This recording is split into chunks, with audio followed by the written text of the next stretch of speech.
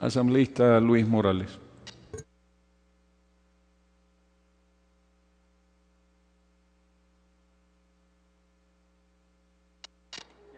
Gracias, señor presidente. Otro de los cantos de sirena de Montecristi, que ahora escucho a los señores asambleístas de Alianza País, uno de ellos dice que está escéptico a esta ley indígena. El señor asambleísta que acaba de terminar su intervención dice, en cambio, que nos sinceremos. Eso hubiese sido bueno antes de tanta oferta barata que lo hicieron para conquistar el apoyo mayoritario para aprobar una constitución que pronto tendrá que ser bastante reformada. Existe el Código Civil en el artículo 2 que dice: el desconocimiento de la ley no exime de responsabilidad a persona alguna. El Código Penal, la ley penal, reconoce también la rusticidad de la persona que ha cometido un delito. ¿Por qué menciono estos temas, señor presidente? Porque esta apertura que da el artículo 171 de la Constitución de Montecristi habla de una función jurisdiccional paralela. Es decir, hay una justicia ordinaria y hay una justicia indígena. Entonces, ¿qué ocurre, señor presidente? Que al no haber dado ya un cuerpo legal específico, una función judicial indígena, una función judicial ordinaria, vamos a tener un grave conflicto como ya existe. Por ejemplo, en mi provincia de Tungurahua, un caso de secuestro que estaba ventilándose en la justicia ordinaria, que ya iba a darse una sentencia posible de 9 años de reclusión. El vivaracho fue a hacerse ortigar en una comunidad, sacó un acta de la sanción indígena y se liberó del juicio penal. Disculpe, asambleísta, tengo un punto de información Gracias, pedido por el asambleísta Pedro de la Cruz. Gracias. Un punto de información. Ninguna oferta barata del proyecto político, sino que esto es una lucha internacional. El convenio 169 de la OIT fue reconocida en nuestro país, ratificada en el Congreso pasado, la Declaración Universal de los Derechos de los Pueblos Indígenas, y se acogió en la Constitución del 2008 con la voluntad política del proyecto de la Revolución Ciudadana. Ninguna oferta barata. Asambleísta Morales. Debo recordar, no textualmente, señor asambleísta, que usted dijo que está escéptico ante la opción de que usted pueda ser sancionado por los de la CONAI, por los indígenas que están en las administraciones regionales. Usted lo dijo, señor asambleísta. Por lo tanto, primero dicen que sí y luego dicen que no. Pido al señor secretario, con su venia, señor presidente, que se sirva a dar lectura al artículo 171, inciso primero de la Constitución Política del Estado, por favor.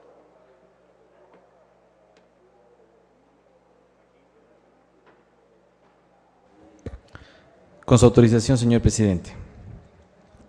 Artículo 171. Las autoridades de las comunidades, pueblos y nacionalidades indígenas ejercerán funciones jurisdiccionales con base a sus tradiciones ancestrales y su derecho propio dentro de su ámbito territorial, con garantía de participación y decisión de las mujeres. Las autoridades aplicarán normas y procedimientos propios para la solución de sus conflictos internos y que no sean contrarios a la Constitución y a los derechos humanos reconocidos en instrumentos internacionales. Gracias, señor presidente.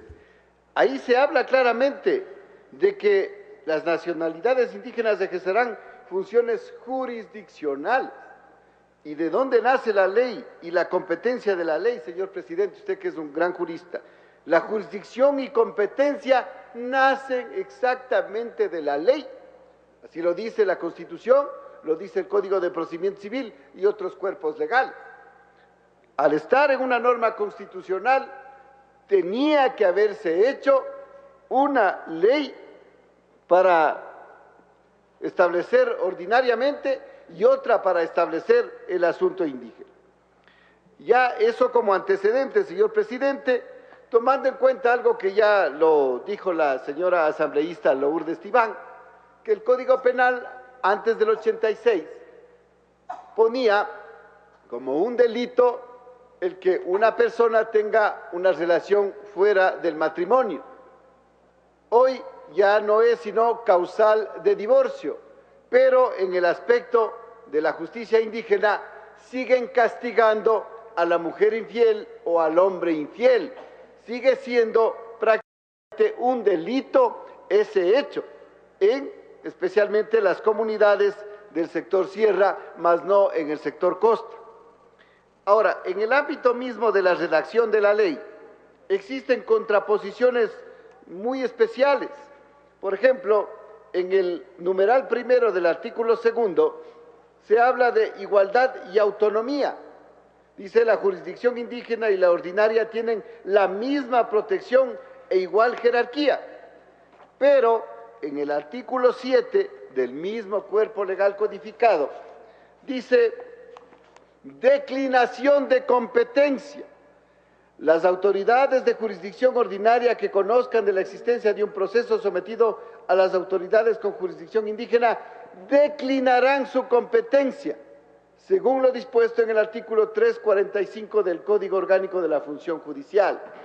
¿Ante quién declina competencia, señor presidente? Y ahí se establece ya un juicio de competencia que, de acuerdo a la Constitución y en la ley, tiene que ser dirimido por la Corte Constitucional. Es decir, que la aplicación de la justicia se va a volver un enredo sin nombre, señor presidente, por haber ofertado estas, no digamos barata, el señor asambleísta de la Cruz parece que se resintió, no digamos barata, pero una oferta para captar votos de todos los sectores, conociendo y sabiendo que era impracticable el hecho de tener dos justicias paralelas, que lo único que pueden resultar son inconvenientes para los ciudadanos, tanto del sector ordinario, del sector mestizo, del sector blanco, del sector indígena. ¿Quién nos puede decir cuál de los ecuatorianos o qué jurisdicción puede establecerse para uno u otro caso? Si en asuntos de tránsito en la misma jurisdicción de Tungurahua, cuando suele ocurrir un problema de atropellamiento o de choque, los indígenas retienen los vehículos, retienen al chofer que no es indígena hasta que arregle el vehículo del indígena. Entonces, señor presidente, va a irse degenerando este problema que yo pido a la comisión que aceleremos un poco en el establecimiento de la jurisdicción y competencia, que no podría ser solamente por territorio, no podría ser solamente por la autoridad que va a ser encargada, sino el nivel del delito o el nivel de la contravención hasta el cual puede llegar la justicia indígena. Recordarán algunos señores abogados que tienen años de ejercicio profesional, que antes del comisario de policía, por ejemplo, levantaba auto cabeza de proceso cuando había una pelea familiar, una riña callejera o había lesiones de menor intensidad. Hasta ahí. Y luego conocía el juez penal cuando se trataba de intento de asesinato o cuando se trataba de una estafa bastante grande. Hay que establecer entonces hasta qué parte de la tipificación penal del delito o de la contravención leve o grave puede ser conocida por la jurisdicción indígena, si ni siquiera la justicia ordinaria, señor presidente, compañeros asambleístas, tiene los medios científicos para llegar a determinar la responsabilidad de una persona en el cometimiento de un delito. ¿Cómo puede llegar? Le queda un minuto, asambleísta. Solo termino la idea, señor presidente. ¿Cómo puede llegar la justicia indígena a determinar la responsabilidad en un robo? ¿Volveremos al tiempo de seguir las pisadas? ¿Al tiempo de ver si está mal dormido para decir que en la noche ha robado? Señor presidente, hay que actuar con responsabilidad porque el campo de la aplicación de la justicia no es a cualquier persona. Dice universal, es preferible tener a muchos responsables libres que a un inocente preso, señor presidente. Muchas gracias, señores.